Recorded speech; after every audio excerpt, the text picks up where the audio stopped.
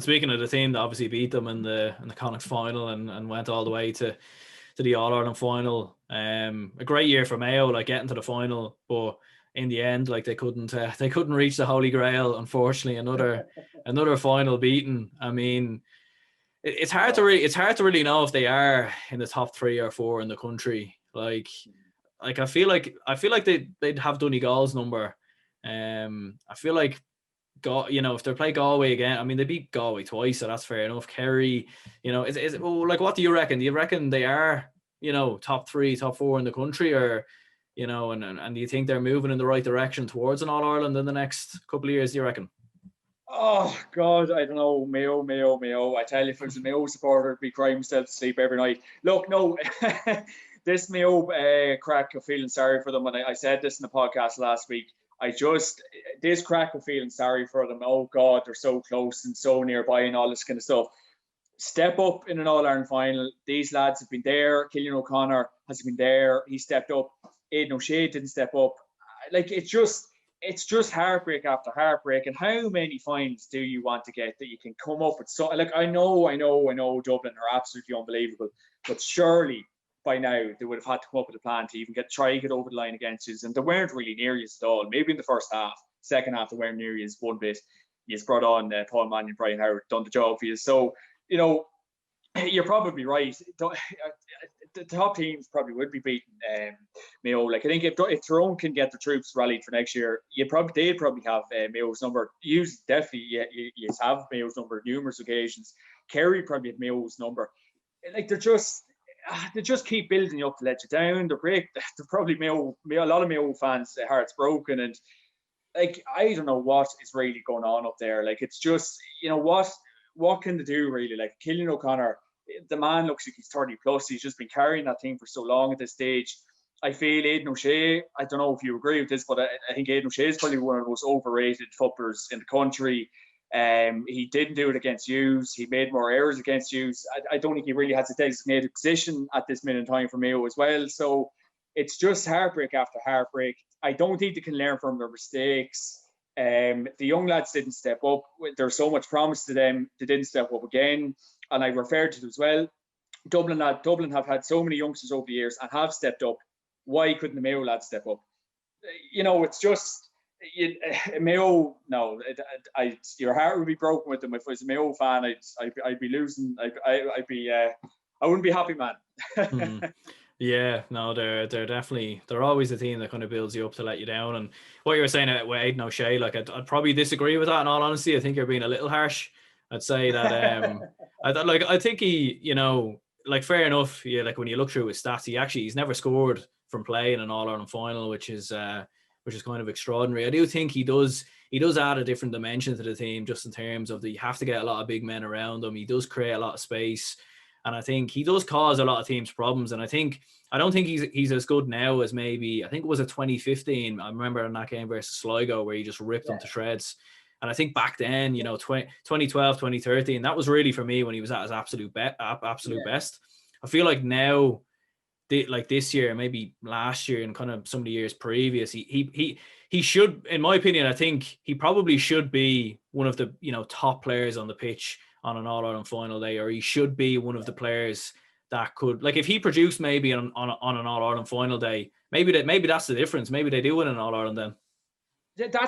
I'm not even, look, Aaron, it's not me even being critical. Like, and Aidan O'Shea has been a fantastic ambassador for Mayo football over the years and has led the charge for them. But what defines good players in my book is performing in All Ireland finals and getting your team over the line. And unfortunately, Aidan O'Shea hasn't managed to do that. I think fair enough, he's won Connacht title for them, but that's against poor Mayo or poor Galway teams over the years, poor Sligo teams over the years. He just never done it against yourselves. You could probably throw Kerry into that bracket to a certain extent. So that's, in my book, what defines good players. Maybe he's not. He's a bit. He's a fairly good player, but he's just not. I don't think he's your Brian Howard of this world. He's not your. He's not. I know he's been a go-to man, but he just hasn't got the job done on a big day for Mayo. And I think that's what defines good players. He just hasn't done it for them. Cillian O'Connor, I think he would be defined as a Mayo great because he has done it for you. But again, another man that probably didn't get enough ball in All Ireland final as well, O'Connor. And when you look back on it, it'd be hard viewing for that second half because Jesus, Mayo, yeah, they're just very poor, you know. Yeah, I think it's their bench as well. Like they brought like Darren Cohn, who came on, just didn't. He didn't really offer any. I don't even think he scored. All his shots were dropping in short. And I do think it's psychological with Mayo as well. Like I think in that final 10 to 15 minutes, there was a chance for Mayo just to at least, like Dublin were starting to pull away, like in the final quarter. I think they had a 2-point lead, and then it was a 3-point lead.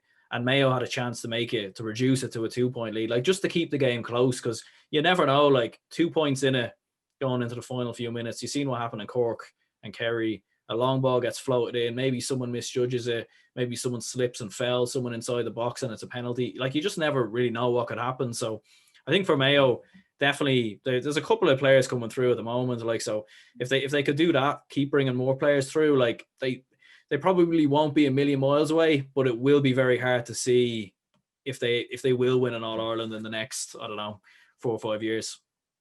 Yeah, like it's the $1 million question at the minute, but I still think Dublin have realistically every other team's measure these days. And like, you know, I know we keep saying we need to get up to Dublin's level, but they have all the answers to every question that every county has posed to them. Like, they've never played Cavan before. We asked a few questions of them. They answered every single question. They've answered Kerry's question, Mayo's question. So, you know what, at the best time, sometimes what do you do? And look at Mayo. I know Mayo have been thereabouts every single year, but just it probably is psychological at the minute. Is it just not being able to perform on the big day? Is it just always heartbreak for them? And even I don't know. Look, I suppose Mayo have a really strong starting 15, but I think when you're looking at the bench, the quality's not really there. Like I think they brought on some Cohen. It was Darren Cohen. He's forward. He came on in the second half. Just wasn't good enough. He get quiet, dropped a few ball shorts. A lot of lack of inexperience. I think that wing back number 7 carried a lot of. I think you might have been saying it yourself. Carried a lot of ball into the Dublin third half. Like, and you know, you just don't do that. You don't run the ball into Dublin of all teams. Christ bless and save us. Done like a lack of inexperience, and just for an All-Ireland final day, I think they're very badly set up for the second half. They're like for James Horan to set them up like that, and ran out of ideas a lot as well. And I know James Curran, okay, did he smell blood coming back for the second time? Didn't get over the line. So, to be honest, it's $1 million question what's going on up in Mayo. And I know that Kieran McDonald in the backroom team as well. Did you do a lot of work with the forwards? Great addition to have too. But I don't know. Is it a Jim McGuinness they need up there, Aaron? I'm not overly sure. Yeah, maybe. I mean, it'd be it'd be interesting if McGuinness went there, because he's you know, that's not normally how Mayo play. Like I've never really seen them play like a blanket defense or get men behind the ball. But if he went in there, yeah, he probably, like Jim McGuinness probably would win an All-Ireland with Mayo, because like Donegal weren't even like at the, you know, they were kind of in the doldrums really before he took over there. And you look at what he done there. So yeah, you know, but I'm sure, you know, his you know, his good mate Padraig Joyce would be ringing him and saying, you know, you don't want to be going down there to Mayo, like there's something across the border there, you know. So I don't know, like that might hold him off. But yeah, look with Mayo, like it is weird, like as like apart, like I do agree with you when you were saying like, oh, like everyone shouldn't feel bad for Mayo, because there is that kind of sometimes that little like celebrate, and I think Joe Brolly's touched on it sometimes. Although I don't agree with everything Joe Brolly said about Mayo, I do think he's made one good point in that he said about like the celebration of mediocrity and the fact that, you know, there's always so much praise at Mayo and this and that, and but at the same time you can't help but feel sorry for them a little bit because of how close they've come. And I do think they do have, and they have had probably one of the best teams in the past 10 years. It's just unfortunate that there's been one team that's always been better. They've dominated 100%. And like, look, let's weigh up the pros and cons here. Like, look, Dublin brought on Paul Mannion and Brian Howard, and look, when you have that at your disposal for an All-Ireland final, them two boys would moonwalk on to any county team in Ireland. Like, they unbelievable players. Brian Howard, and they kicked unbelievable scores. So look, that probably was a difference in the final as well. Don't get me wrong, bringing on that kind of talent, but Mayo just O'Keelan O'Connor again probably too over-reliant on him as well, and there's not much really else there. Like I know Jeremy O'Connor's a workhorse. He's here, there, and everywhere. is Lee Keegan even feeling the pinch a bit? Is he kind of thinking, are we ever going to win one? Is he starting to lose hope himself? So it's so hard to know. Like to do again, Mayo do have a very good template, but I just don't think like this. It's a curse. It's okay. It probably nonsense, of course. It's something psychological. I just think it can.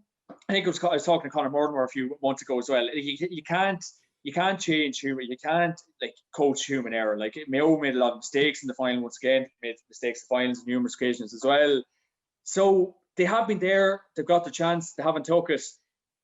Probably the masters of their own downfall a lot of the years. And okay, yes, this is probably the best Dublin team, the best team we've ever seen play football. But they're there to be best. Was it this year potentially? Mayo had a chance for the 1,000th time. They didn't take it, unfortunately.